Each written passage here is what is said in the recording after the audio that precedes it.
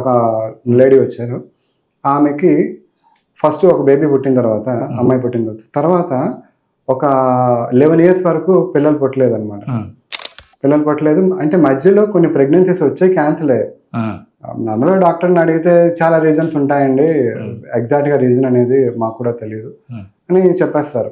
Okay, so అయితే వాళ్ళు ఇందులోకి వచ్చిన తర్వాత సెషన్ చేస్తే, సెషన్లో ఇది చాలా ఇంట్రెస్టింగ్ విషయం అండి, మీ ద్వారా ఇది అందరికీ రీచ్ అవుతుందని చెప్పి నేను చెప్తున్నాను.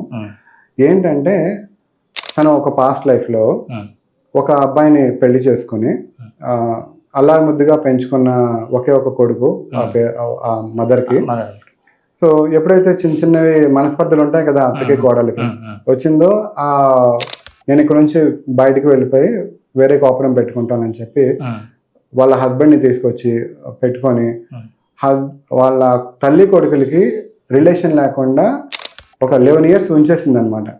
అసలు మాటలు లేవు, వెళ్ళి కలవడాలు లేవు, ఏమీ లేదు.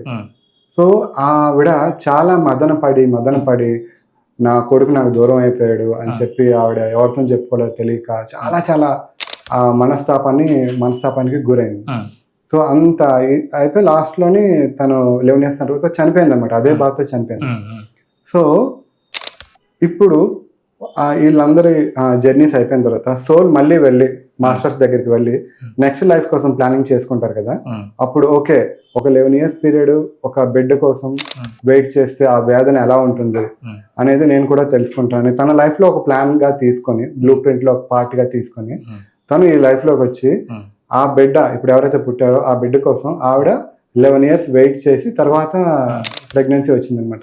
సో ఎప్పుడైతే తను తెలుసుకుందో తను చాలా రియలైజ్ అయింది, ఓకే నేను చేసింది ఇంత పెద్ద మిస్టేక్ అనేది ఎప్పుడైతే రియలైజ్ అయిందో తర్వాత నెక్స్ట్ 1 year లోనే ఆ బేబీ అది పుట్టడం జరిగిందనమాట.